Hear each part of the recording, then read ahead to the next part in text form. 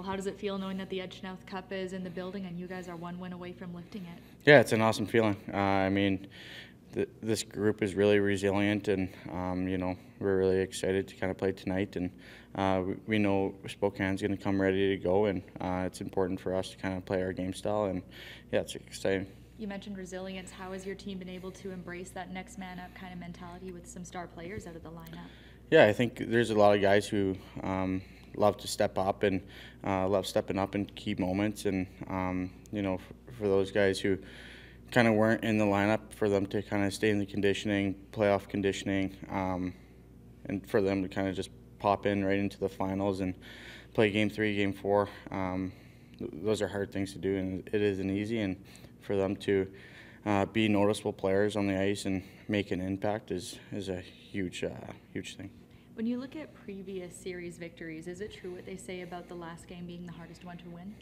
Yeah, that's what I've heard. I haven't experienced it with the finals, but we felt like in Lethbridge with that fourth game, it was a really hard game to win. Lethbridge came out really hard, and we expect the same thing tonight. We can't change our game, and we got to know that Spokane's ready to go. And yeah. We've seen the guys on Medicine Hat, when you can get like 3 or so quick goals, people get really high on themselves, but we know you're a guy who likes to really kind of keep them in line and remind some players that you haven't finished the game yet. Can you kind of take me through that mentality of yours?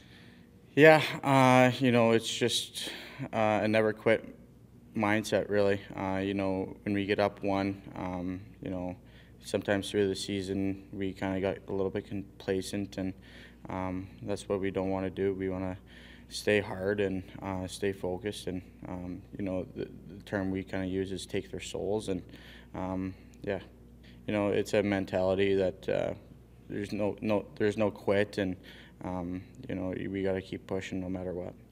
What can you tell us about the role that the defense on your team has played in making things happen at the other end of the ice, particularly with Tanner and Bryce? Yeah, those guys have been unbelievable, but all 6 of them, the Finns have been unbelievable, so hard. And when they're angry and hitting guys is when they're at their best. And Pix and Woozy have been so dynamic all year, and I don't know what their plus minus is, but they're doing really well, and they contribute the puck awesome. And obviously Molly and JVM